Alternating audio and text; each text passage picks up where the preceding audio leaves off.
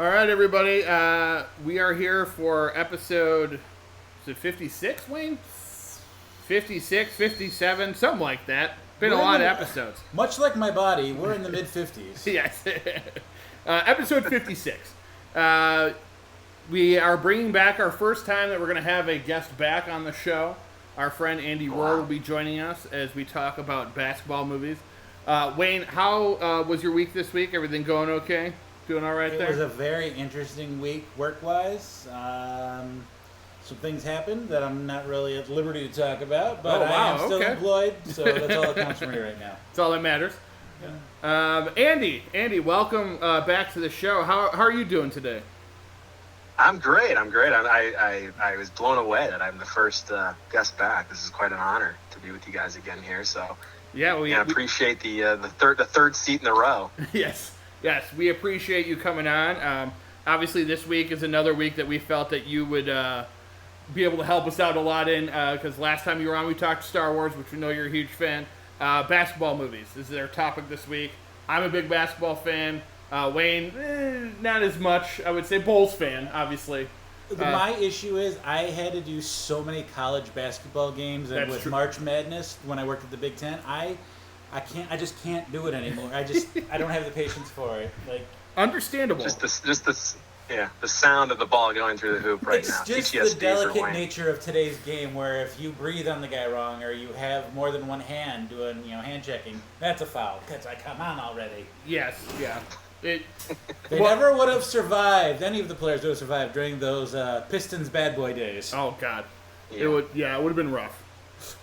But I digress.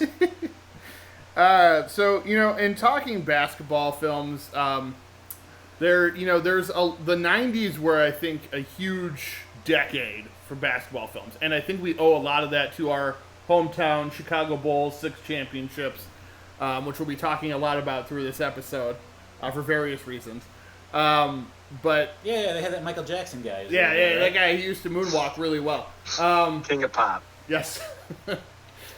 It's one of those things that, like, I think because the Bulls were so popular, they were winning so much, Jordan was so popular, like, well, we need to just make as many basketball movies as possible.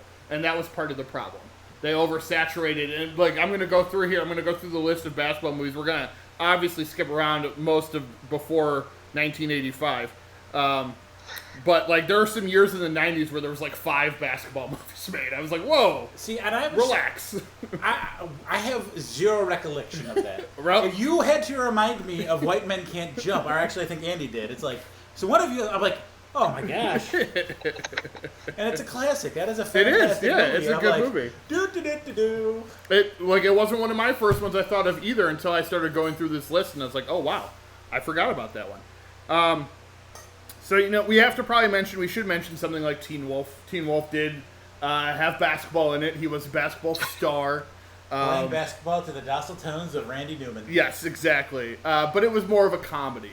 So I think for, like, our generation, and maybe this was a little early for us, but it's definitely a movie, I think, if you were a fan of basketball like Andy and I in the 90s growing up, Hoosiers was something you watched. And I know you had mentioned Hoosiers before, Wayne.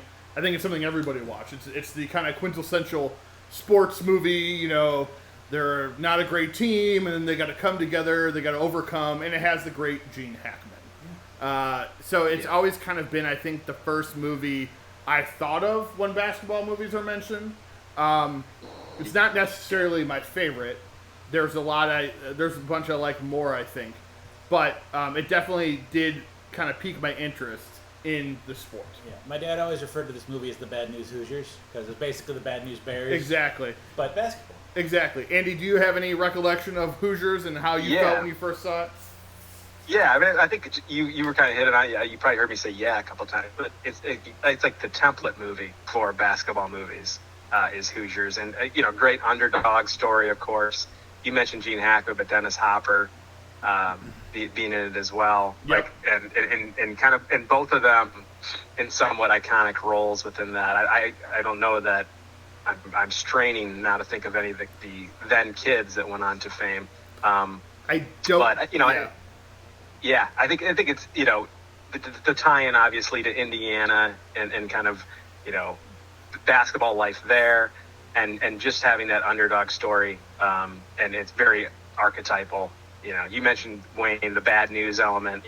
Gene Hackman's kind of whipped these kids into shape, and there's lots of these life lessons. Going to the state tournament and then measuring. The hoops are the same height here, guys. It's the same game you've been playing. That's not my attempt at a Gene Hackman impersonation, by the way. It's just me doing a gruff voice.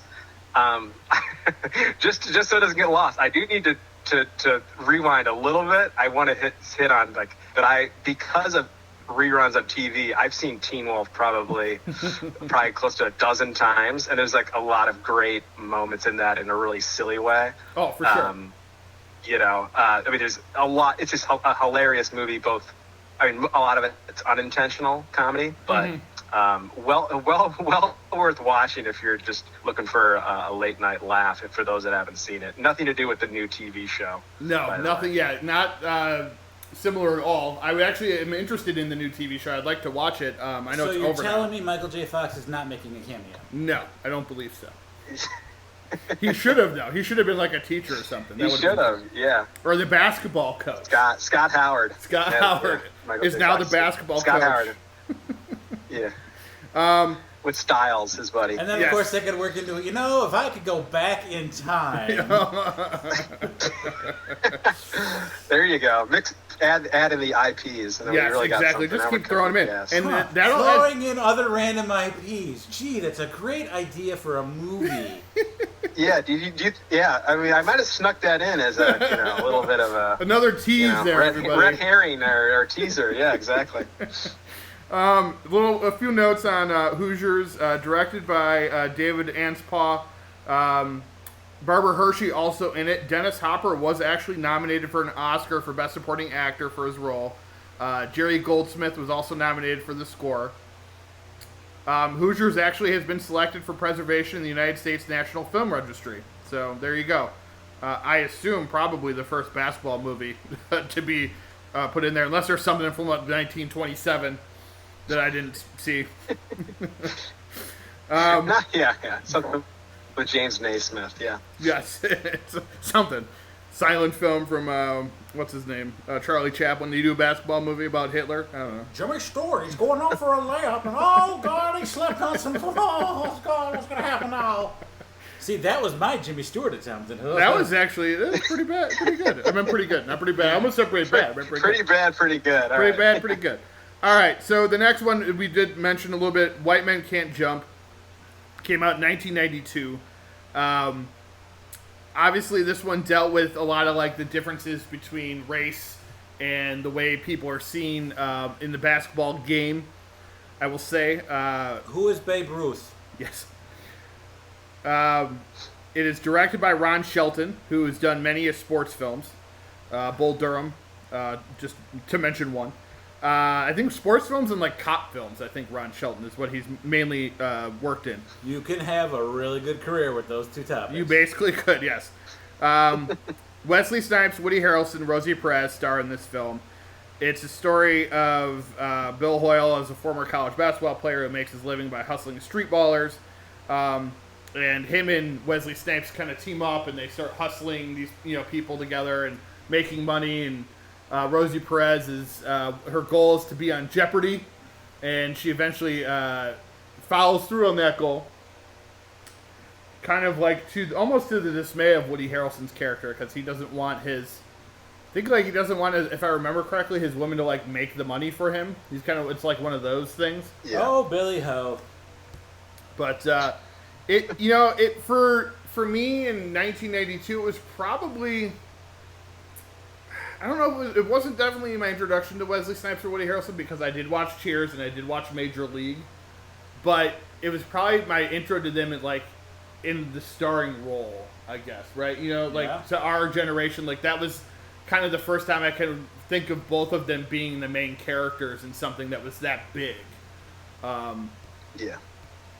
The movie went on. Let's see. And I think Oh, go ahead, Andy. Sorry. Sorry, I was just going to say, and I think at least when it came out, I was 10. Somewhat of an audacious title, I think, for a movie. Yes, for sure. Just kind of maybe some of the subtlety of what conventional wisdom is around basketball, just to throw that right in the title and make that such a, of course, as you mentioned, like a key part of the film. Made it very kind of like, I have to check this thing out and see what this is. It was just one of those interesting films of that time. And like I said, the fact that we kind of all forgot about it for a minute was like, oh crap.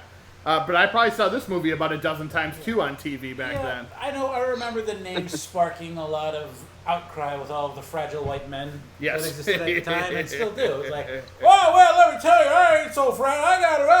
It's like you're throwing a tantrum about the title of a movie. Yes, exactly. Yeah, pump the brakes, guy. Let's see. It cost $31 million, which kind of surprises me because I don't remember there being lots of sets. A lot of cocaine. A lot of outside basketball. It made $90 million, though. So it was a hit. Box office hit. Yeah, I mean, it's a solid flick. I haven't seen it in a while. I was only able to watch 2 movies this week that kind of relate to what we're talking about, and this was not one of them. But I do enjoy White Men Can't Jump. It's something I've always been fond of. Andy, what are your thoughts on White Men Can't Jump? As your entertainment value. Sure. I mentioned seeing the title when I was 10, but I probably didn't see the movie until I was, probably close to 20. But I thought it's a fun movie. I think it speaks to kind of Ron Shelton's ability. I mean, you think about Bull Durham, Tin Cup. It's similar vein where I think there's, and I'm not sure about the writing of the films. I could probably pull that up, but really crisp characters. They're very well defined in each of these movies, and I think that's kind of what makes White Men Can't Jump stand out. I mean, I don't know that the basketball scenes are all that incredible. I don't know that honestly if Woody Harrelson or Wesley Snipes are all that good at basketball, just the way they shot it. But I think just the characters themselves kind of gives that movie kind of the legacy that it has. For sure. To a little more history on Ron Shelton, so people kind of get the idea of where he comes from. Written by The Best of Times, which is a football movie with Robin Williams and Kurt Russell. Bull Durham. He wrote and directed, I believe. Wrote and directed Blue Chips, which is going to be our next film we're going to talk about. He wrote that one. Cobb, The Great White Hype, Tin Cup, Play to the Bone. There's cop movies, Dark Blue, Hollywood Homicide. He wrote Bad Boys 2. There's those cop movies, those sports movies. That was kind of his area for his career. Let me see you shake your tail feathers. Well, maybe next up he can do a lacrosse film. A lacrosse film, maybe. That's what we need. He's really hit all the a lot of different sports. Yeah. Was my point. I think the competitive world of fencing should be on the list as well. Yeah. His last film His last film he did was Just Getting Started with Morgan Freeman and Rene Russo and Tommy Lee Jones. I kind of vaguely remember that movie. You're the only one in the world, I think. I don't think Tommy Lee Jones probably doesn't remember it. Probably not. That's a good point. I'm actually seeing more movies, and I'm like, oh my god, how could I not remember these movies? All right, so I'm gonna get to one that I watched this week, and that was Blue Chips. Okay, so I remember watching Blue Chips a lot when I was a kid. It's directed by William Friedkin, which I had no idea until I rewatched it. And I remember liking Blue Chips when I was a kid. I don't like Blue Chips that much anymore. After rewatching Nolte with Shaq. Nick Nolte, Shaquille O'Neal as Neon, Anthony Hardaway as Butch McRae, Calbert Chaney, Andy was in it, Bobby Hurley, Bobby Knight. It's, Wayne, we talked about the program before. Yes. It wanted so badly to be the program, but it failed in the attempt of if you ask me, they're from the get-go they screwed up, because at the beginning of the movie it's the end of the previous season, final game, whatever. Well, all it does is it leads up to the first game of the next season, and then that's it. And it's like him going on a fiery rant because he ended up paying off players, or he ended up being okay with paying off players. He didn't do it himself. What's his name? Oh, God. He's no longer with us. J.T. Walsh plays the best of the bad guys. It's funny too because there's a line in the movie, guys, where J.T. Walsh is like, he's like, yeah, so what? I pay these kids. No one else is paying them. They're out there risking their. And I'm like, do I feel like I need to side with J.T. Walsh, the villain in this movie? A lot to be said about that. Because he's not, especially with what's happened just recently, where they can now make money off their own names.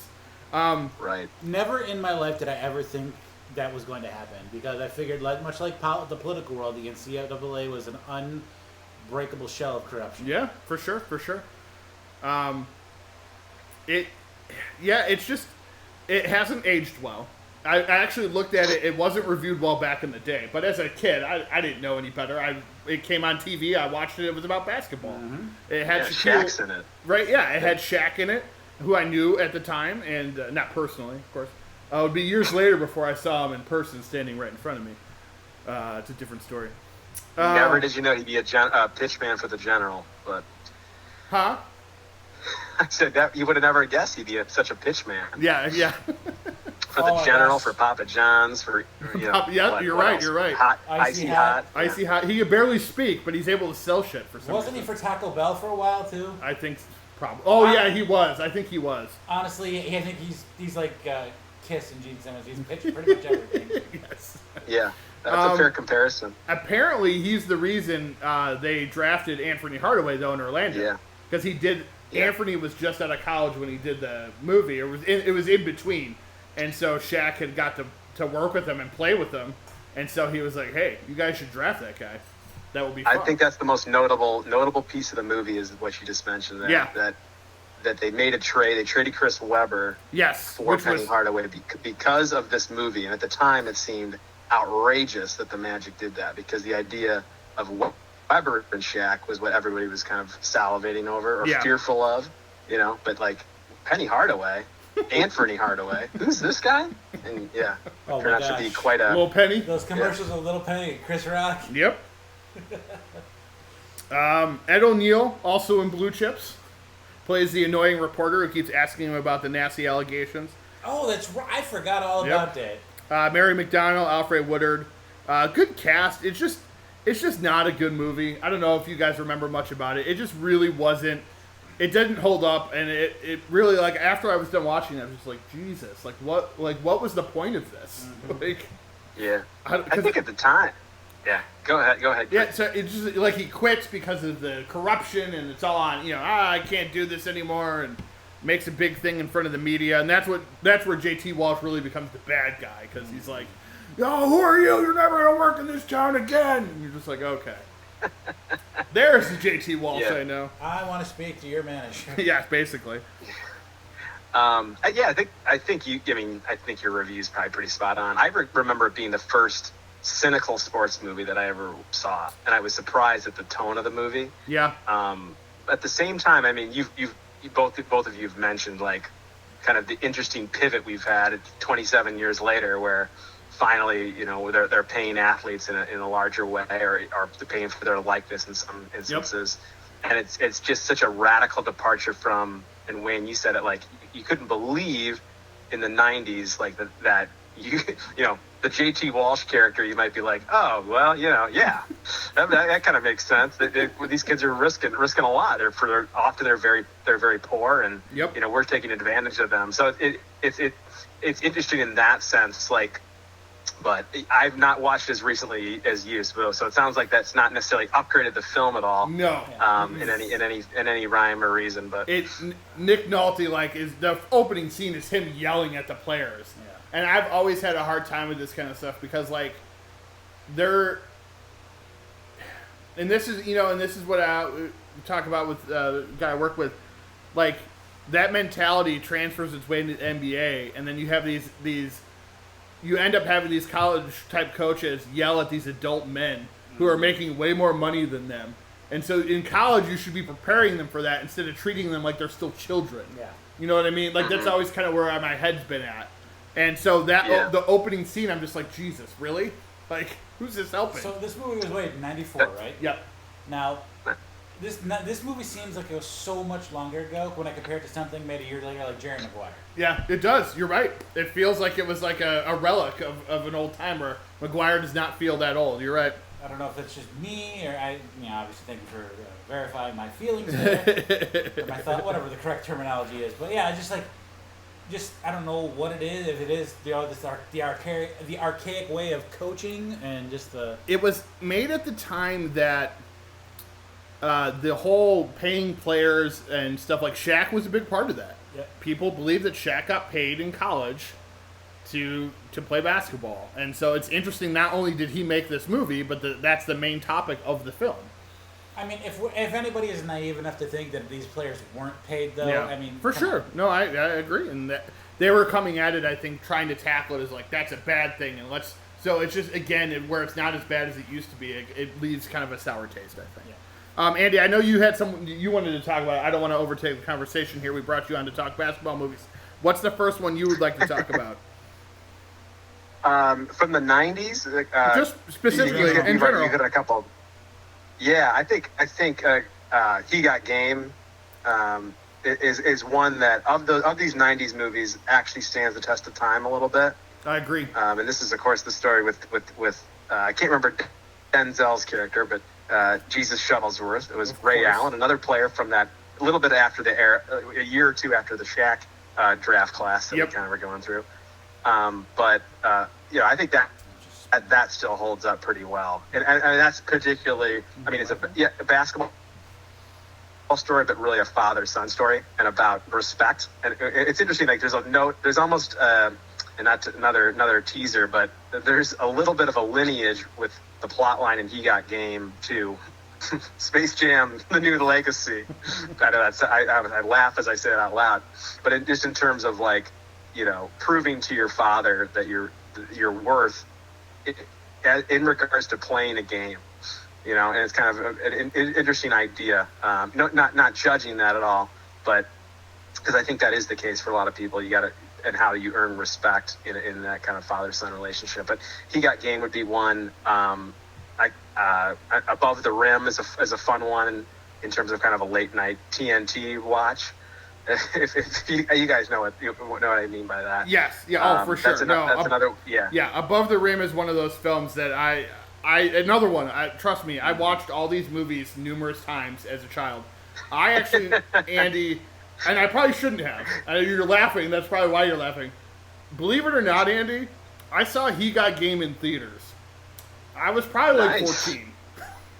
Yeah, sneaking in, or they didn't care. One of the two. Okay. So, my parents, sorry, Mom and Dad, they would actually buy tickets for me and my friends to go in. My younger friend Jason, he's like a year and a half younger than me, and most of the movies they would be fine. Like the Tradewinds Theater in Streamwood, Andy, would be fine with nice. that. I don't know if you remember that one over there. It turned into a Lowe's at some point. Unless it was something that my mother never paid attention to what the movies were about, and not that you would really know what was in He Got Game just from reading it. We didn't have the parents' guide back then on the internet like they do today. I mean, but there's some scenes that are damn near pornographic in that movie. But yeah, no, I saw that in theaters. I just watched it recently. We talked about it during our Denzel conversation that we had. And Wayne, I think you said you had never seen it. I think, right? Or at least it's been a long time. It's been a good 20 years at least. Yeah, and I just rewatched it, Andy. It does hold up still.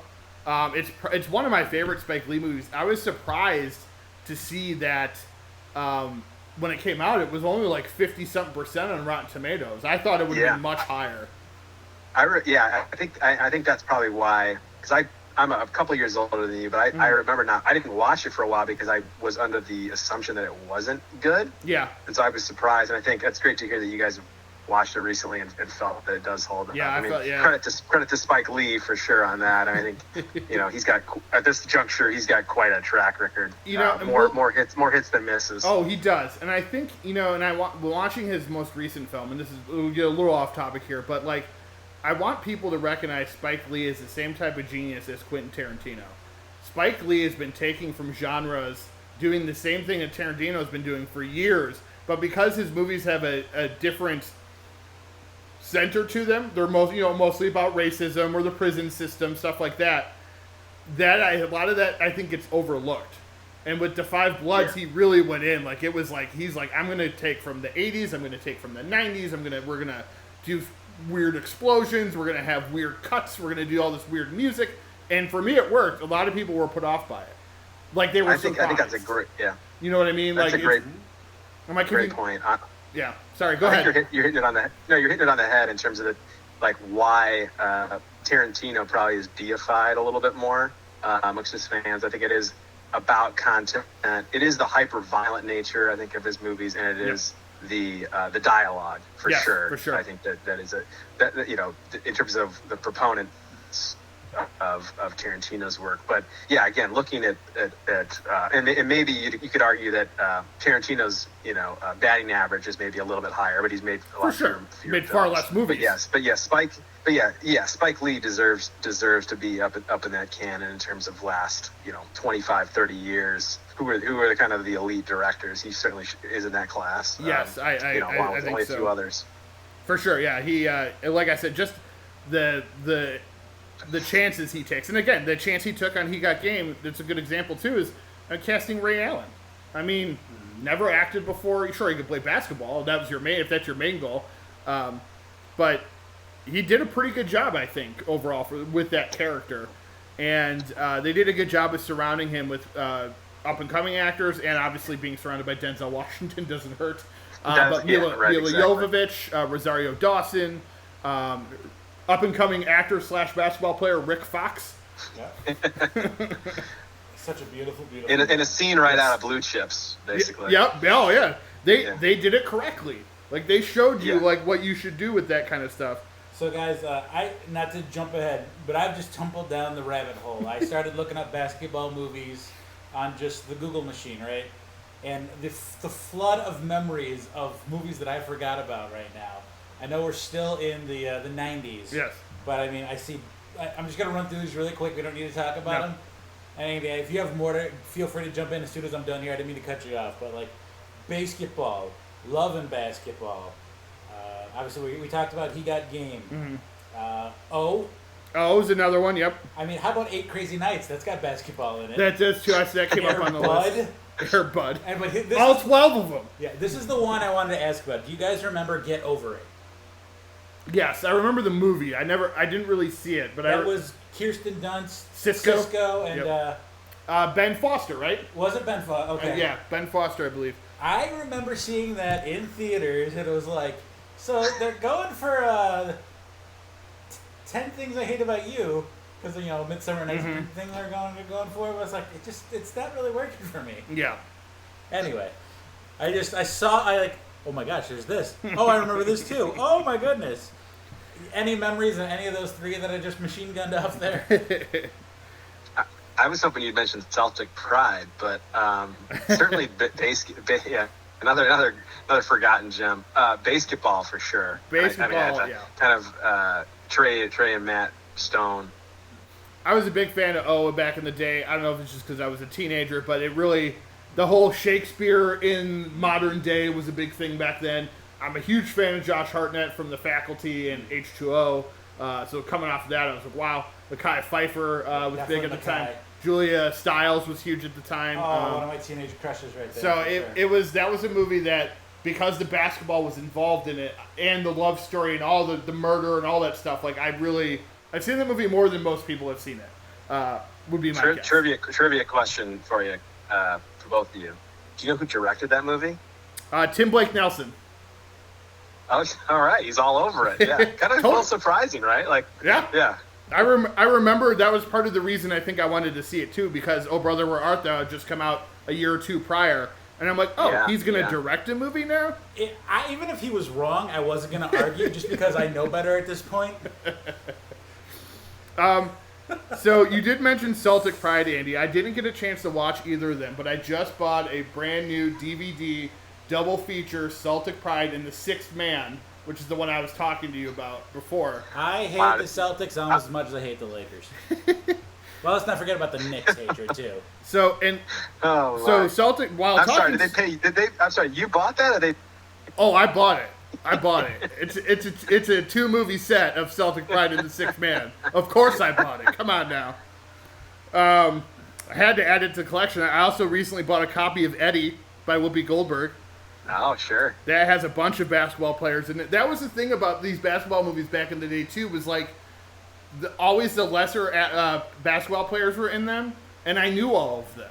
Because that's how much I cared about basketball in the 90s. I knew I knew who the 7th guy in the Grizzlies was, so when he showed up in a movie, I was like, oh my God, there he is. So, Celtic Pride, is that better or worse than Slam Dunk Ernest from 1995? Slam Dunk Ernest, I can honestly say, as an Ernest fan, I've never seen Slam Dunk Ernest. I did not know it existed. Watch me shoot this 3-ball, Ern. So, did you see that one, Andy? I think Ernest is not. No, I do think Ernest is due for a revival in some sense. What a remarkable, series of films that was, and how what an odd standout in the 80s, early 90s. A character that came off a commercial led to like 9 movies. Yeah. Like it's kind of ridiculous. One that we also glossed over, The Air Up There.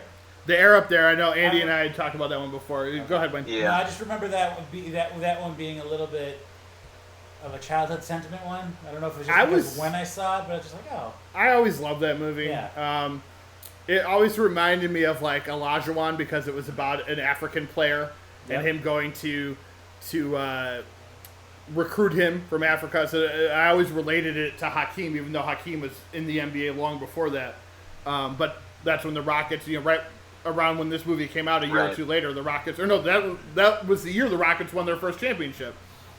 One more from 95, guys. I'm sorry I keep piling on. That's okay. But I really think that we need to just mention Forget Paris. Forget Paris. Billy Crystal, Leah Pearlman.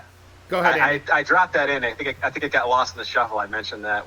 Okay. A little bit of crosstalk happening. But, yeah, totally. When Kirky, you were talking about random NBA players, and Forget Paris has quite a few of those. Billy Crystal as an NBA referee, I think, arguing with Cedric Sabalas is what I recall. Yes. Most. I don't remember the plot, the romance. I just remember him arguing with Cedric Sabalas. So. That's right. He had just broken up, or he had just had a fight with the love interest. And he's like, I didn't take this from you, Sabalas. That's another one. I used to watch that movie all the time back in the day. These basketball movies were always on. They're always on HBO. I've seen Eddie probably like 10 times. Let's see. So, 96 was that year I was talking about. And we're going to talk about Space Jam, obviously, here in a minute. But Space Jam, Eddie, Celtic Pride, and Sunset Park all came out in 1996. Along with the HBO original Rebound, The Legend of Earl the Goat Manigault, starring Don Cheadle, which I also watched a couple times back in the day. So that's a good one. If you haven't seen that one, Andy, you need to get that movie. It's a street ball basketball player who was supposed to be the next Michael Jordan, but drugs got in the way. Yeah. Len Bias? No, he died. This guy may have died too, but he was like, this is true. Like Earl the Goat Manigault was a real guy. Yeah, definitely. That's never crossed my radar. So yeah, I'm telling you, man, definitely check it out. It was now. Again, I saw it back in the 90s when I was, like, younger. So. Oh, I'm sure it'll feel like a 90s movie, and that's all right. But, yeah. It's got Don Cheadle. The Sixth Man has always been one of my favorites. It's very emotional. That's the one where I told you the brother dies, and his ghost comes back and helps the team win a championship. It's a college championship. Kadeem Hardison, Marlon Wayans, who was in Above the Rim, so he's been in a couple basketball movies. There you go. You mentioned Love and Basketball. Finding Forrester. Finding Forrester is another one that I've watched this one several times. Just recently, I watched it probably like 2 weeks ago. You're the man now, dog. Yes. You're the man now, dog. Hoop Dreams. Hoop Dreams is a great documentary, obviously. The Last Dance. I don't know if you finished watching it yet, but I did. The Last Dance was an incredible 6-part documentary about the Chicago Bulls. I think it was 6 parts. Maybe it was more.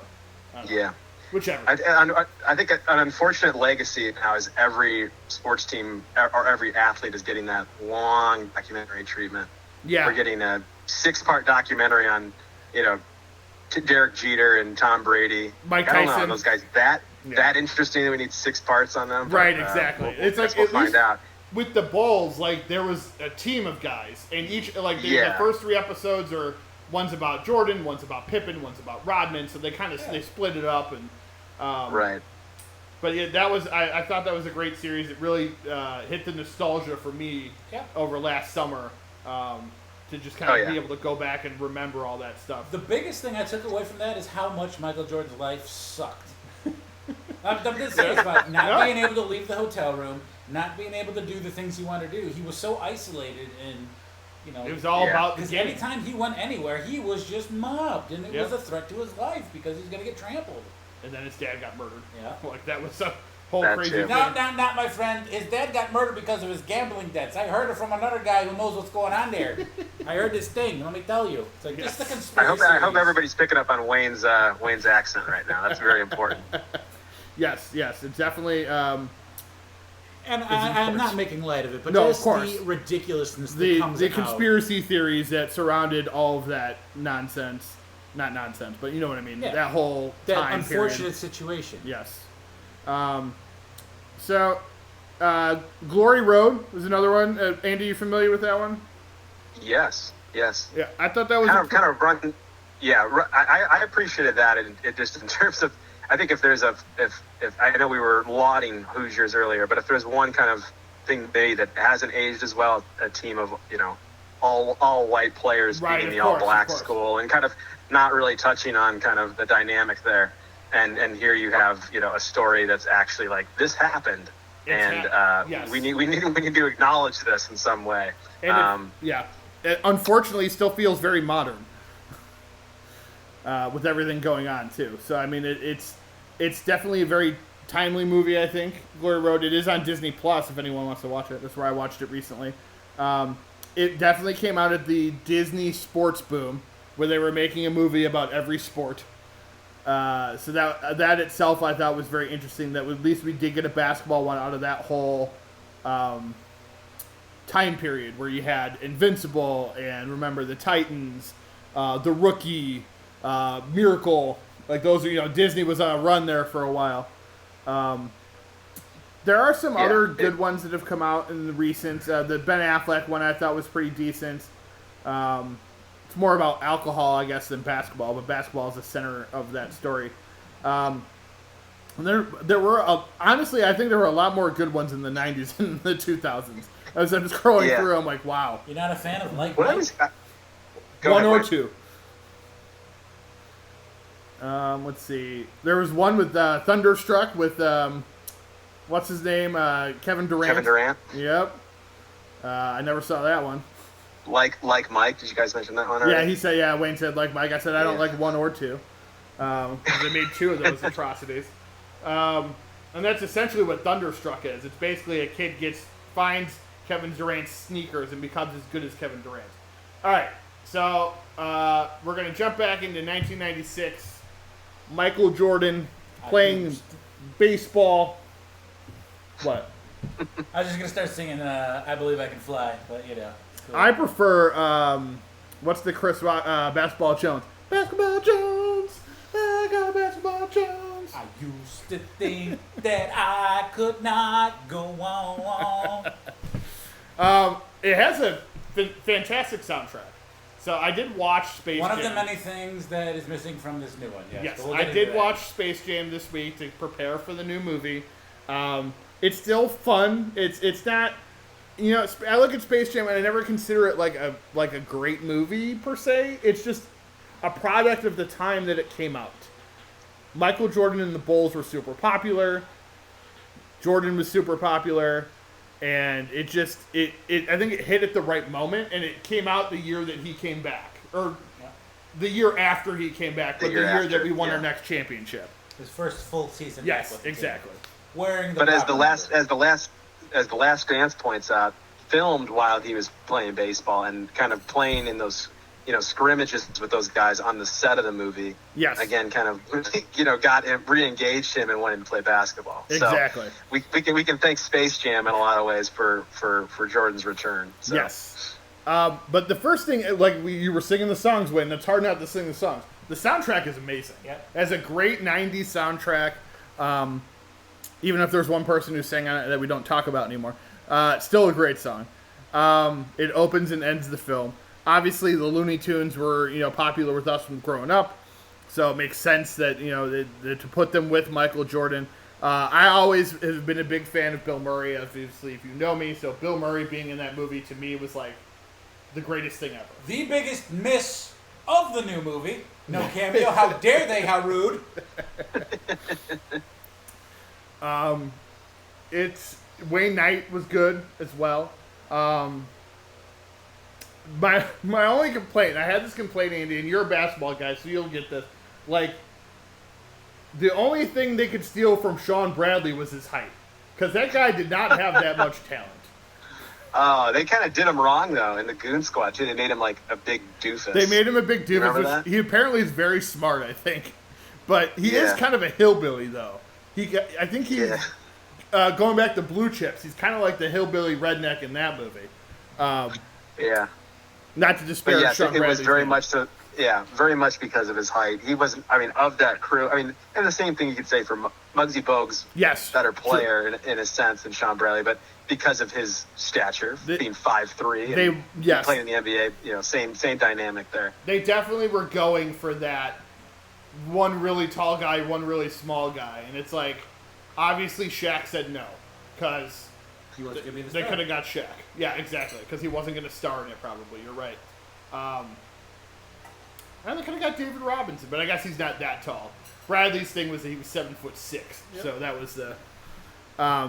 It was fun seeing Larry Johnson again, Grandmama, Charles Barkley. I'd say he has the most screen time outside of all of them, just because he was the biggest at the time. He's charismatic. To be honest, I am shocked that they got Barkley. Yeah. Well, and what's funny is at the time he was good friends with Jordan at the time. Huh? Yeah, he was. You're right. He was good friends with Jordan at the time. That's part of the reason. And it was his last season in Phoenix while they were filming, too, because he was traded to Houston the next year. Was he the last person to be on the losing side to win the MVP in the finals? I believe. Well, I don't know if he's the last person, but he's definitely one. He did. Barkley didn't win the finals MVP. Is that what we're saying? I thought he did. Didn't he? No, he won the MVP That's that what year. it was. He was the NBA MVP the year that they went to the finals. Look at me trying to talk about sports I don't know. Get in your place, Twain. Come on. Stick to football and baseball. And I'll be at the buffet. And hockey. All the other sports. Have you seen, Andy, have you seen Space Jam recently or no?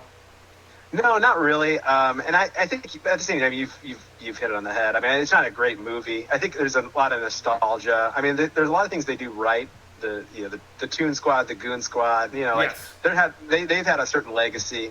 They also, Wayne mentioned it. Like, what's missing? And we won't hit it in the new movie yet, but like Bill Murray, having him in there for even some portion of time. Wayne Knight's quite good. They don't ask Michael Jordan to do too much, which again, problem from the new movie. Like, he doesn't really say that much. It's kind of like the Looney Tunes actually have a lot to do with the plot line more in this one than they do the newer movie. Which again they couldn't really get away with in the new movie, which is again part of the problem. We're just dropping teasers left and right here. Yes, we are. But yeah, I think that the soundtrack is part of the fun. We've never really seen a movie quite like that. Like, sure, you had Who Framed Roger Rabbit, and I'm sure that's the one that top of my mind, like that mix of live action with animation. But I think there was a lot of draw from that, along with just universal appeal of Michael Jordan. And like that's going to be a fun movie, and especially as a kid, you're going to be looking with rose-colored glasses at it. And that's the thing. Jordan it wasn't just Chicago. He was loved all over the United States because of the Dream Team. He was loved all over the world. So they were hitting globally with this movie, hoping it was going to be a massive, massive hit. Well, yeah, and going back, again to The Last Dance when they were in Europe. Yeah, just couldn't walk down the street. If not bigger. Yep, it's like the Beatles came to town. Global like they said. phenomenon. Yeah. All right. So without further ado, Wayne, we are going to get to our reviews of the week. This week, everybody, as we've been hinting at, we are reviewing Space Jam. Is it New Legacy? A New Legacy? The New Legacy. The New Legacy? A New Legacy. Notice how much I paid attention to it.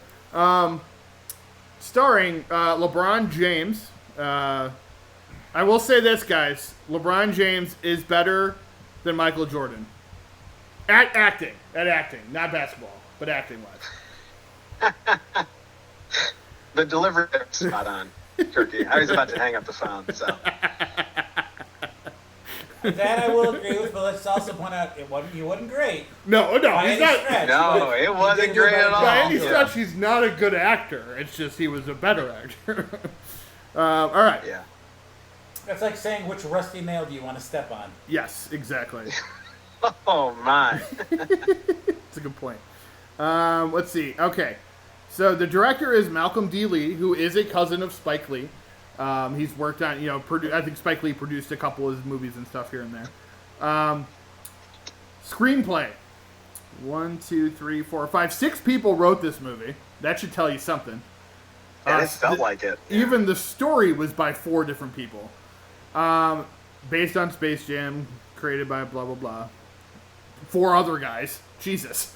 All right, so this is obviously a studio movie.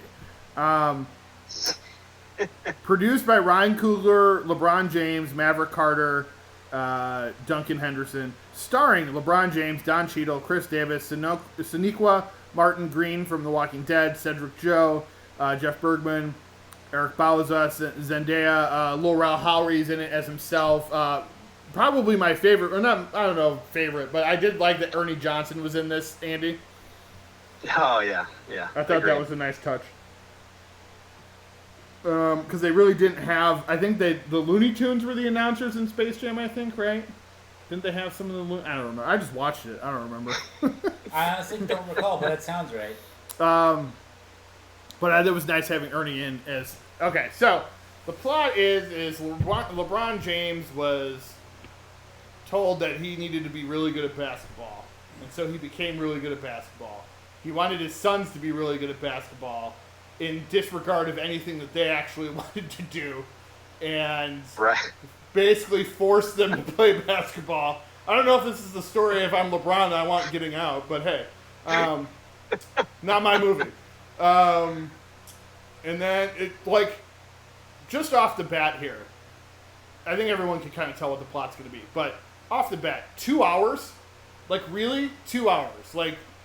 Hour and a half, and I'm done. That's all I needed. I didn't get the time length of it. There was too much intro to it. Come on. The original just gets right into it, essentially.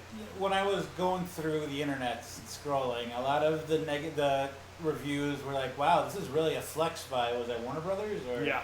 It's they're just really flexing what they own and what they've created. It's their Ready Player One. Yeah. That was so when we get in, yep. So I'm jumping ahead here. So LeBron and his son go for a meeting at Warner Brothers with Sarah Silverman, and she's the producer, and